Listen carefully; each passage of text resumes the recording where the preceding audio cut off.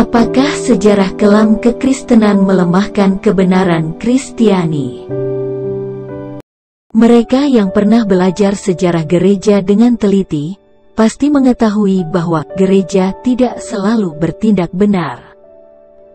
Beberapa keputusan dan tindakan gereja bukan hanya memalukan, tetapi merugikan banyak orang.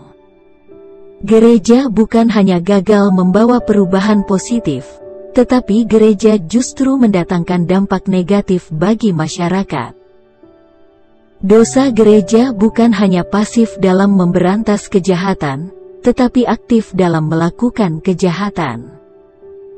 Catatan kelam ini telah dipahami sebagian orang sebagai kelemahan kekristenan.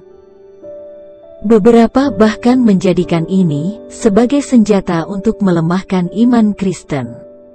Mereka beranggapan bahwa kekristenan tidak bisa diklaim sebagai iman yang benar, karena kekristenan beberapa kali melakukan kejahatan kemanusiaan.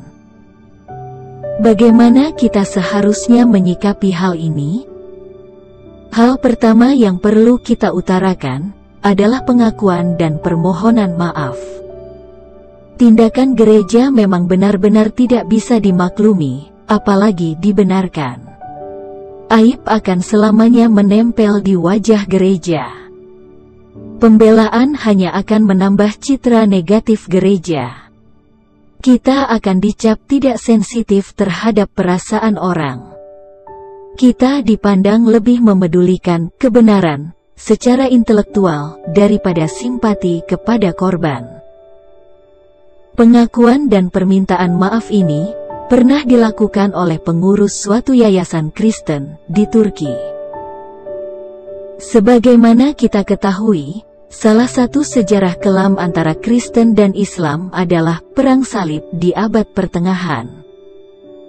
Penduduk Turki yang hampir semuanya beragama Islam, pasti mewarisi kepahitan tersebut. Orang-orang Kristen di Turki tentu saja bisa memberikan segudang pembelaan sehubungan dengan Perang Salib. Persoalannya, bukan itu yang dibutuhkan oleh Muslim di sana. Sebagian besar dari mereka juga pasti menyikapi pembelaan itu secara negatif. Ternyata pengakuan dan permintaan maaf secara publik di atas justru mendapatkan sambutan positif yang tidak terduga. Pintu dialog menjadi lebih terbuka. Ada beberapa rekonsiliasi di antara Kristen dan Muslim di sana. Hal kedua yang perlu kita lakukan adalah memberikan klarifikasi. Menyalahkan kekristenan gara-gara gereja pernah melakukan kesalahan merupakan sebuah kekeliruan logika. Dalam sanggahan ini terdapat pergeseran kategori yang tidak disadari. Istilah kekristenan telah digunakan dalam dua kategori yang berbeda: ajaran atau iman, dan pengikutnya atau orangnya. Seandainya kita memakainya secara lebih teliti, kita akan dengan mudah menemukan kekeliruan ini. Perhatikan kalimat sanggahan dari si penyangga berikut ini. Ajaran Kristen adalah salah, karena orang-orang Kristen pernah melakukan kesalahan. Jika ini yang dimaksud dalam sanggahan di atas, si penyanggah seharusnya memberikan pembenaran, mengapa dia mengaitkan ajaran dengan orang. Dia tidak boleh asal menggabungkan keduanya. Dua hal tadi berbeda kategori. Dia harus memberikan pembenaran, mengapa suatu ajaran boleh dikatakan salah, hanya gara-gara pengikutnya melakukan kesalahan. Beban untuk menjelaskan ini berada di pundak dia, karena dia yang mengeluarkan pernyataan. Jika suatu ajaran bisa dinyatakan salah, hanya gara-gara pengikutnya pernah melakukan kesalahan, maka di dunia ini tidak ada ajaran yang benar. Mengapa? Karena setiap orang pasti pernah melakukan kesalahan. Sanggahan tadi baru bisa disebut absah jika tindakan yang salah didasarkan pada ajaran yang memang salah. Jadi baik tindakan maupun ajaran sama-sama salah. Namun, persoalan tidak berhenti sampai di sini saja. Beban pembuktian lain yang harus ditanggung si penyanggah adalah masalah representasi atau perwakilan. Apakah gereja yang melakukan kesalahan-kesalahan historis tersebut memang mewakili semua gereja di dunia? Bukankah gereja di tempat dan abad yang berbeda juga melakukan banyak hal positif bagi kemanusiaan?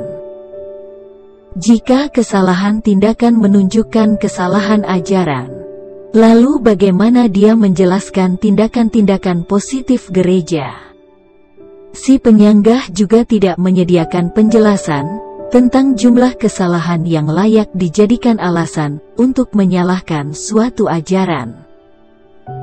Gereja pernah bertindak benar dan salah berkali-kali. Misalnya, jika 10 aib oleh gereja membuktikan kesalahan kekristenan, bagaimana dengan 10 tindakan terpuji oleh gereja?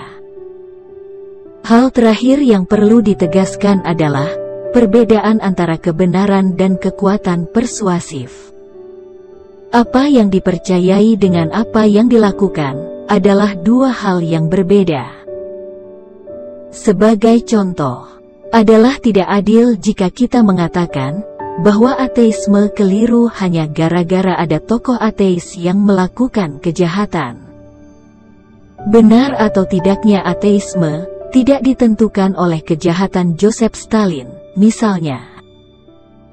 Kebenaran akan tetap benar, sekalipun penganutnya tidak menerapkannya. Begitu pula sebaliknya, yang berbeda hanyalah kekuatan persuasinya. Mari kita ambil sebuah contoh yang lebih praktis. Bayangkan kita berjumpa dengan seorang ahli gizi yang bertubuh gemuk. Sekilas hal itu tampak kontradiktif. Seseorang yang sangat memahami diet seharusnya tidak mengalami obesitas.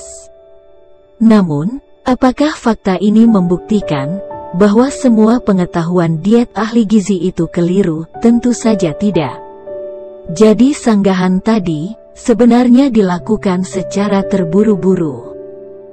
Ibarat penembak, si penyanggah menggunakan AK-47 secara random, asal melukai. Masalahnya, dia tidak tahu persis apa yang dia tuju. Itulah salah satu ciri orang yang dikuasai asumsi dan tendensi. Objektivitas dan analisa kritisnya dilemahkan. Sanggahannya asal kena tetapi tidak pernah kena. Amin.